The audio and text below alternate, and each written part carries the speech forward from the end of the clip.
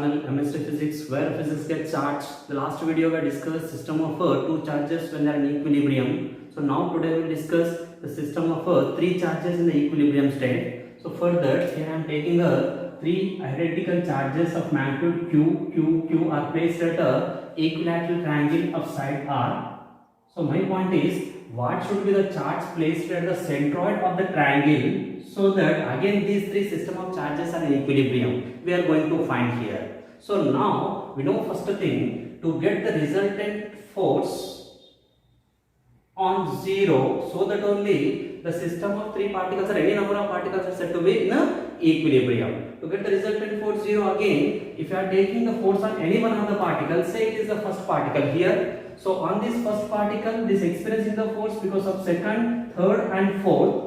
So sum of all these forces is 0, so that these charges are said to be in equilibrium. So further, as I am considering the force on this first due to this second is a repulsive one, so that we can write here force on first due to second, and between a first and third is also be repulsive, is away from this is a 1 3. And the resultant of these two, 1 2 and 1 3 should be this. And here when I am coming to force on first due to second is equals to the force on first due to third, but because the two are equal in magnitude of charges and the separation, so that is equals to, we can write 1 by 4 pi epsilon naught into q square by r square. And angle between them is 60 degrees, is a 60 degrees here. Why? Because it's an equilateral triangle, isn't it? So it's a 60. So according to parallelogram law of vector, when two vectors of a same magnitude and angle between them is theta, so that the resultant is 2f cos theta by 2 is nothing but 2f12 cos 60 by 2 is a cos 30 is a root 3 by 2. So f123 is equals to 2 f12 into root 3 by 2. So you will get a force on first due to second is root 3 times of 1 by 4 pi epsilon naught into q square by r square. And now when I am coming to the force on first due to fourth, okay, so if it is the opposite in direction to the force on first due to second and third, so that only there is a possibility to get the resultant force 0 here, which means here now we can write as the resultant force on the first, that should be equals to the force on first due to second and third plus the force on first due to fourth particle, which is placed in the centroid, is equals to 0. Then all the system of charges are said to be in equilibrium. So because of that, here we can write f123 is equals to minus f14. And here according to this concept, so when there is a force on first due to fourth is away from it, so that only the resultant force is 0. So now coming to the magnitude here, f123 is 1 by 4 pi epsilon naught. Here I got a root 3 times of q square by r square.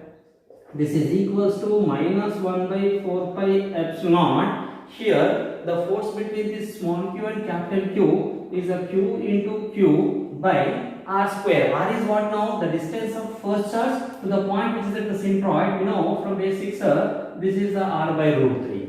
When this is the r by root 3, q by r square, r by root 3 whole square. So r square into 3, q by r square here. Okay, on both sides 1 by 4 pi epsilon, 1 q as well as r square get cancelled. So we will get here root 3 times of q is equals to minus 3 into capital Q. So our intention is to find the charge which should be placed here. So this q is equals to, will get root 3 by 3 into q, of course of negative sign. So therefore the charge on this is minus q by root 3. Minus q by root 3. This is the way we can find the charge should be placed at the centroid, so that the system of charges are in equilibrium. The important thing is here, sir, if you are placing the positive charge here, will get the resultant force 0? No. Why? Because when I am taking this as a positive charge, so force of repulsion, that is the force of repulsion, the force is away from it. When the force is away from it, both are in same direction. When both are in same direction, do the resultant force is 0? No. Means along with the magnitude, the sign of the charge also be important to know. We should place the centroid. If you are placing the positive charge here, do you get the resultant force 0? No. Here we should place the negative charge. When we are placing the negative charge here, so the force of attraction takes place. When the force of attraction takes place, so we can write F14 is towards the center. Is towards the center.